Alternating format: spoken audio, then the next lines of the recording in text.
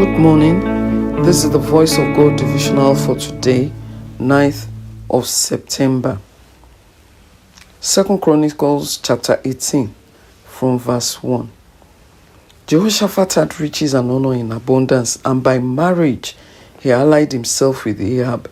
After some years, he went down to visit Ahab in Samaria, and Ahab killed sheep and oxen in abundance from him. And the people who were with him persuaded him to go up with him to Ramoth Gilead. So Ahab, king of Israel, said to Jehoshaphat, king of Judah, "Will you go with me against Ramoth Gilead?"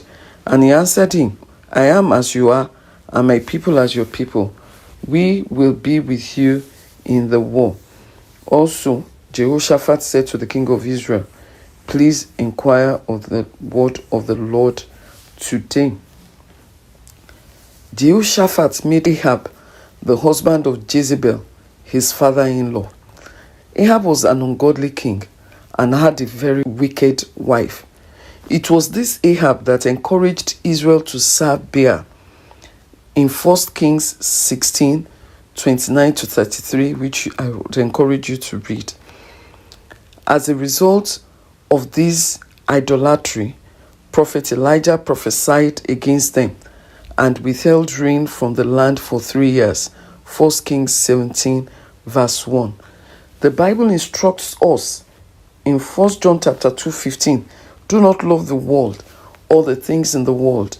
If anyone loves the world, the love of the Father is not in him." And in James 4:4, it says, "Adulterers and adulteresses, do you not know that friendship with the world is enmity with God?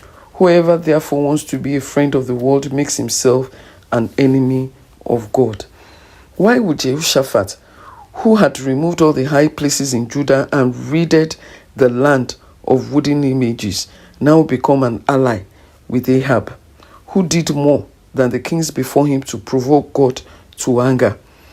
Ahab was a tricky man, and his self-preservative antics almost cost Jehoshaphat his life in battle.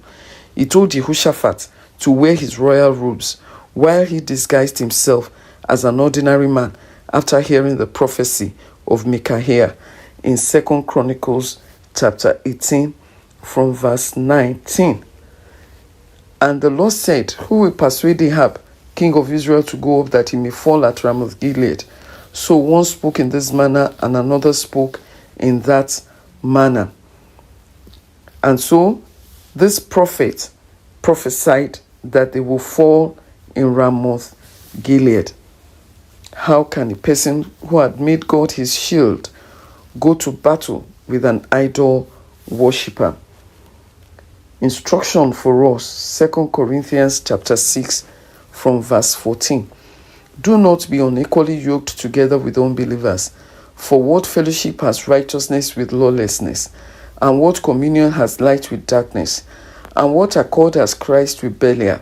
Or what part has a believer with an unbeliever? And what agreement has the temple of God with idols?" But for the mercy of God, Jehoshaphat would have died in that battle. God is merciful. You can read it. God sent a word to Jehoshaphat in 2 Chronicles chapter 19 from verse 1 to 3. Stay blessed. Amen.